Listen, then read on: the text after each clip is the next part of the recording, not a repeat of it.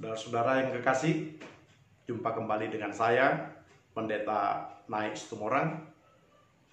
Kita akan mendengarkan sabda Tuhan yang menjadi renungan kita pada hari Minggu ini. Mari kita berdoa. Kami bersyukur kepada Tuhan yang telah memberikan kepada kami waktu dan kesempatan untuk kami boleh di dalam persekutuan dengan Tuhan untuk mendengarkan firman Tuhan.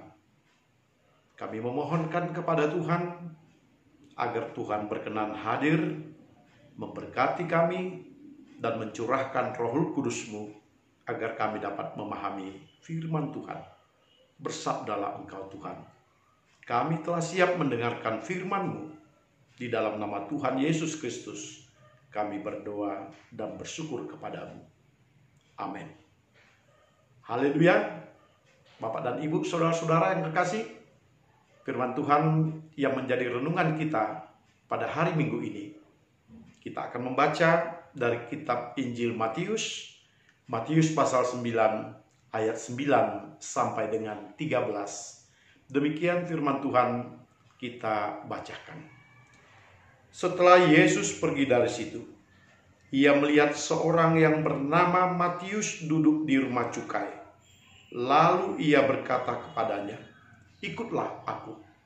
Maka berdirilah Matius lalu mengikuti dia. Kemudian ketika Yesus makan di rumah Matius, datanglah banyak pemungut cukai dan orang berdosa dan makan bersama-sama dengan dia dan murid-muridnya. Pada waktu orang Farisi melihat hal itu, berkatalah mereka kepada murid-murid Yesus, "Mengapa gurumu makan bersama dengan pemungut cukai dan orang berdosa?" Yesus mendengarnya dan berkata, "Bukan orang sehat yang memerlukan tabib, tetapi orang sakit. Jadi pergilah dan pelajarilah arti firman ini. Yang kukendaki ialah belas kasihan dan bukan persembahan, karena aku datang bukan untuk memanggil orang benar, melainkan orang berdosa."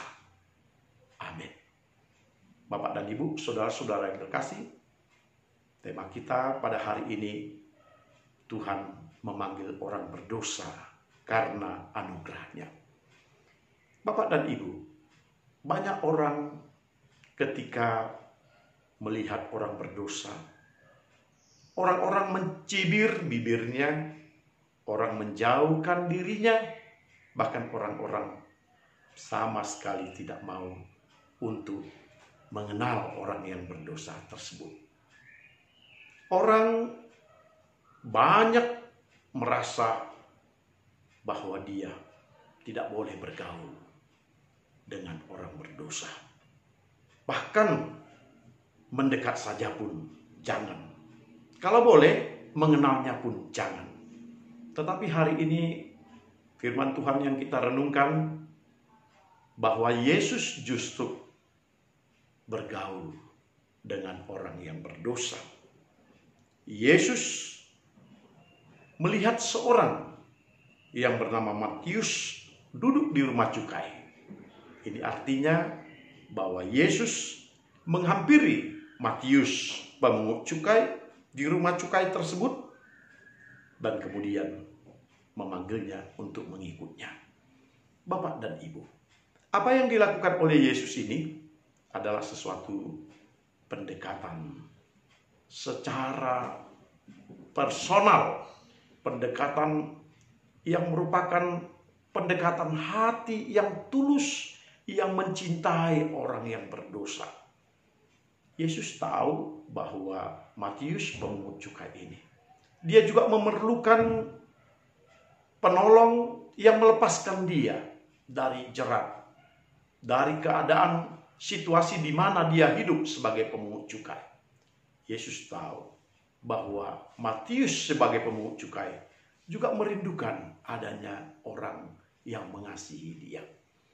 Bapak dan Ibu, saudara-saudara yang kekasih, bagi Yesus, orang berdosa adalah orang yang sedang merindukan pertolongan agar ia dapat kembali menjadi orang baik. Bagaimanapun orang yang berdosa ini tetap mempunyai keinginan agar kiranya dia dapat diterima masyarakat, agar dia boleh bergaul kembali seperti biasa kepada masyarakat, agar dia boleh menjadi bagian dari masyarakat. Namun banyak orang kadang-kadang Bapak dan Ibu terhadap orang-orang berdosa telah mengambil satu keputusan, menutup erat-erat pintu hati mereka, menutup erat-erat pergaulan dengan mereka, menutup erat-erat agar tidak ada komunikasi dengan orang yang berdosa. Bapak dan Ibu, saudara-saudara, kadang kita begitu melakukan penilaian yang berkelebihan. Kita berpikir bahwa kita adalah orang yang bersih, sedangkan mereka yang berdosa adalah orang yang pantas untuk dijauhi, bahkan orang yang pantas untuk dimurkai oleh Allah. Memang orang yang berdosa akan kena murka Allah. Tetapi orang yang berdosa juga adalah orang yang memerlukan anugerah daripada Allah.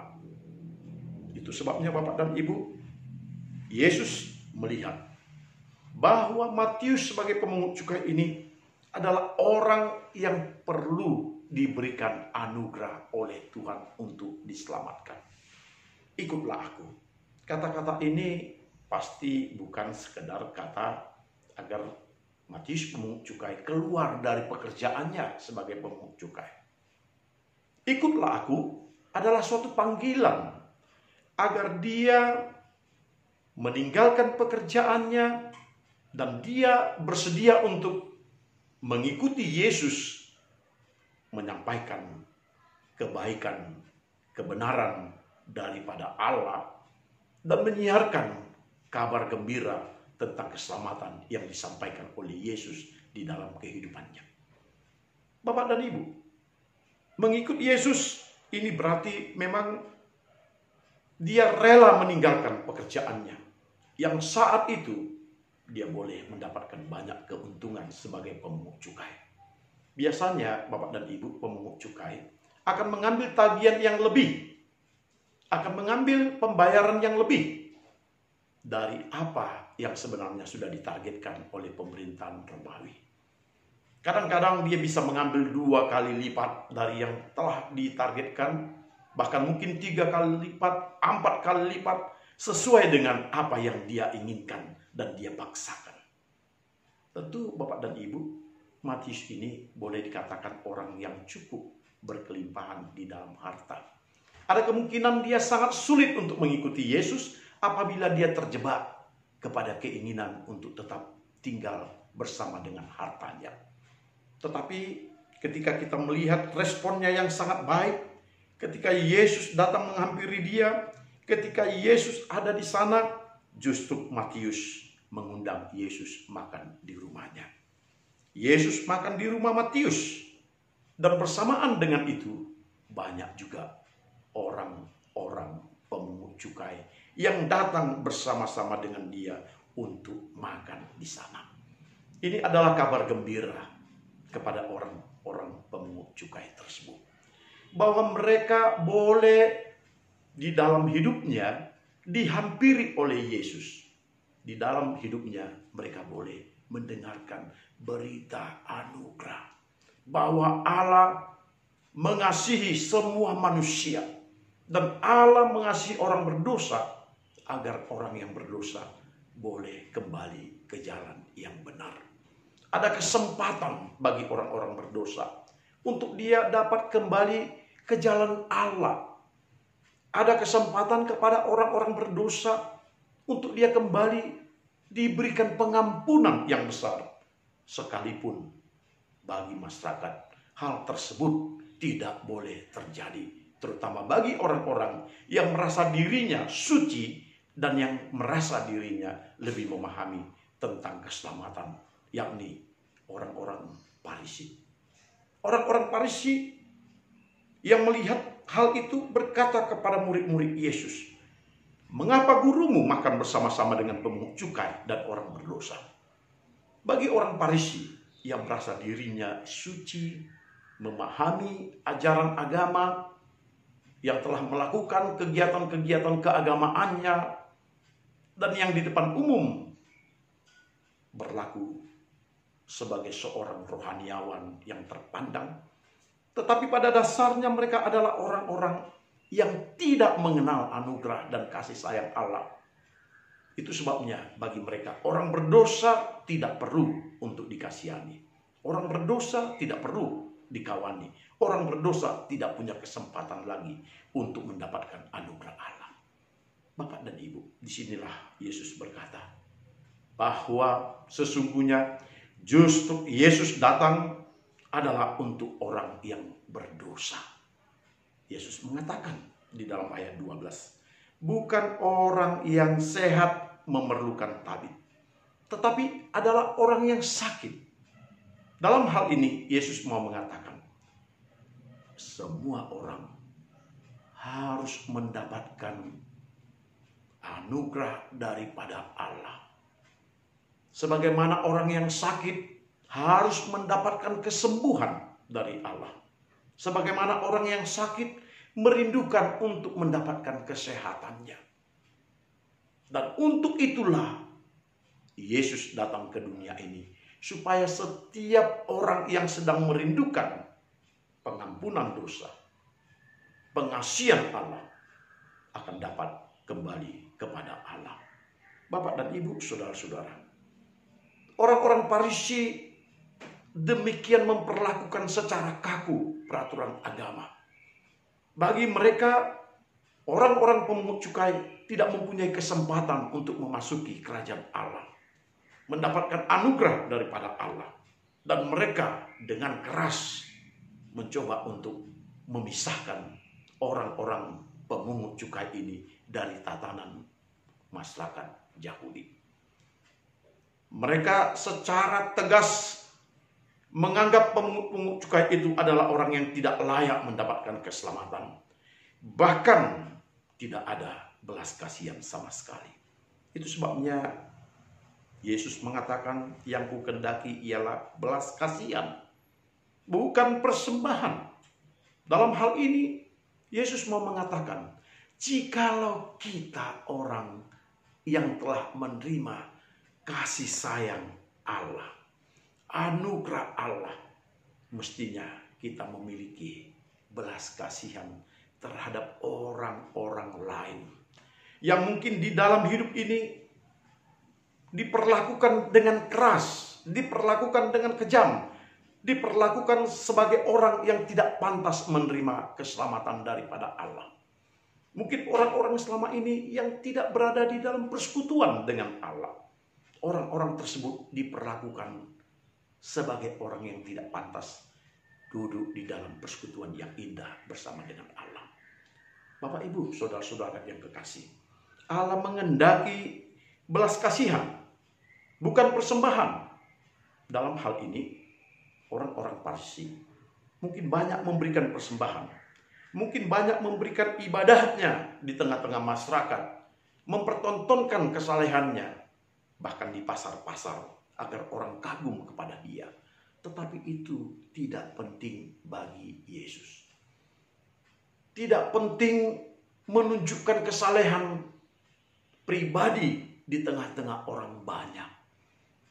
Yang paling penting adalah apakah kita memiliki belas kasihan terhadap orang yang berdosa.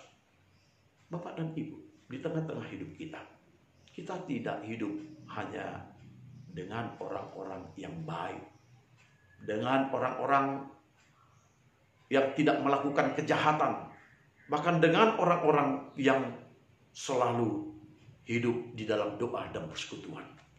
Hidup kita ada di tengah-tengah dunia dan kita bergaul dengan semua masyarakat di dunia, termasuk masyarakat yang jahat sekalipun. Apa yang kita lakukan?